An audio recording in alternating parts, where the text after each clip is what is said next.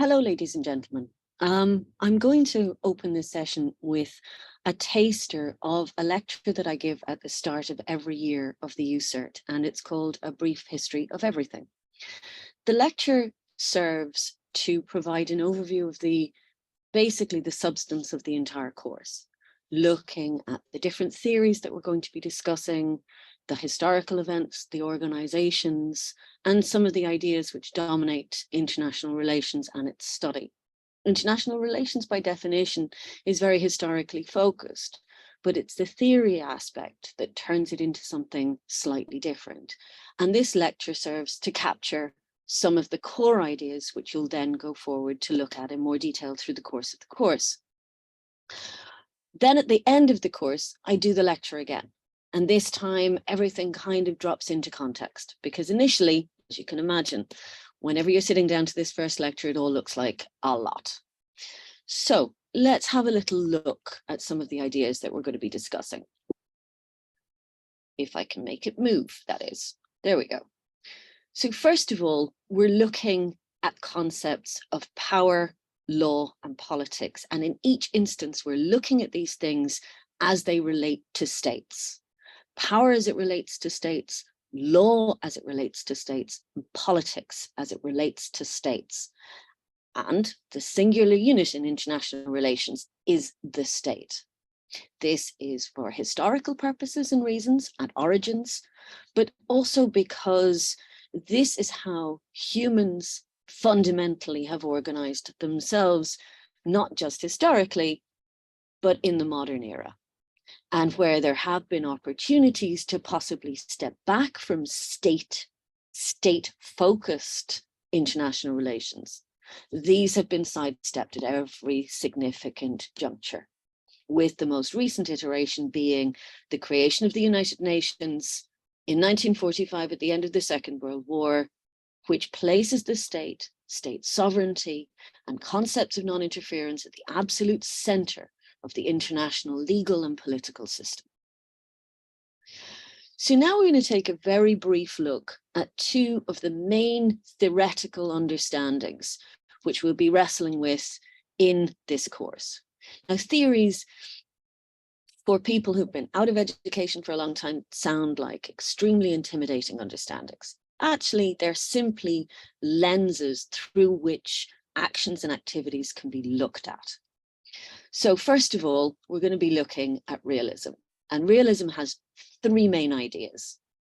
Number one, power, the state, and survival and self-help. In other words, the state exists to accumulate and maintain power, and the state is singularly focused on its own survival. There is a very famous quote, which we'll look at in more detail later, which comes from Thucydides when he's writing about the Peloponnesian Wars, and it's something known as phrased as the Millennian dialogue. And it's basically the adage, the strong do what they will, and the weak suffer what they must. In other words, the stronger the state, the more capacity it has for independent action, and the weaker the state, the less guaranteed its survival is. So realism really functions very, very heavily on militarism and security. The second idea that realism looks at is anarchy. Now, anarchy in this instance does not mean a whole load of French existential philosophers sitting around smoking gitane and talking about the man.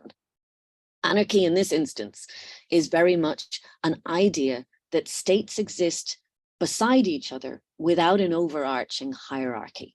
So there's no singularity which is able to instruct states or move them around a board.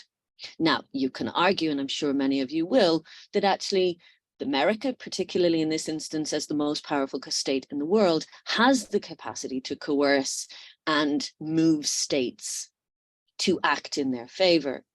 But that's an informal political structure, not an aspect of the international system as it formally operates. And so anarchy, this idea that states operate completely independently of each other in order to shore up these ideas of sovereignty and power and survival, that is what a state of anarchy means. And the third issue that realism looks at is the balance of power and the security dilemma. Now, security dilemma is an interesting one because the basic premise is that states will do everything in their power to increase their security, but that in doing so, particularly, and if you think about it, an arms race, the very act of increasing their security can decrease their security, because an arms race will inspire other states to act in an adversarial manner and therefore most likely increase the risk of a lack of security. Balance of power is another theory which seeks to address these ideas and seek a harmony between states. So the perfect system is a series of states where the balance of power has been established and agreed, and pretty much everything settles into an equilibrium that states can exist with.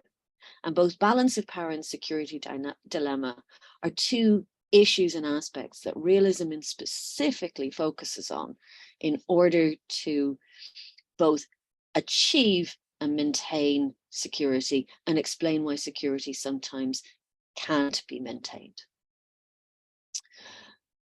But now we look at liberalism, and if this seems a bit whistle stop, it's because it is. Liberalism is a very different animal. Liberalism looks instead at ideas of cooperation among states and looks to maintain peace through a series of principles. So what are those principles? Well, number one, that there should be control over absolute power in each state. That absolute power, in other words, monarchies or autocratic states are quite focused on war and power acquisition that can lead to conflict. And that actually within liberalism, the main thing that they're looking at is the constraint of absolute power through bureaucracies and administrative mechanisms. It's largely the direction they go in. Secondly, that the creation of a civil and civilian-led government through representation means that the chance of conflict is diminished because a population or a government answerable to a population is much less likely to engage in conflict than one where that understanding of the role of civilians in instructing politicians is not so strong. And that third, the main focus of liberalism in the international frame is the achievement of world peace. And this becomes a central obsession of how liberals discuss state-to-state interaction. Now, where do the foundational ideas of these comes from is the Perpetual Peace, which is written by Immanuel Kant. Now, the Perpetual Peace itself, I think we have this idea that philosophy is supposed to be extremely hard to understand. Actually, the Perpetual Peace is about 3 pages long and is written in quite simplistic terms. But it sets out Kant's understanding of how perpetual peace between states can be achieved. The civilian constitution of all states is to be republican. This is very important, not democratic at this stage, because that's, at this point, synonymous with tyranny of the masses, but that it should be representative. In other words, that civilian population having control of the political class. The law of nations should be founded on a federation of free states. In other words, there should be some institution where free states can come together and communicate with each other. And through this mechanism and through that communication, they're less likely to engage in war.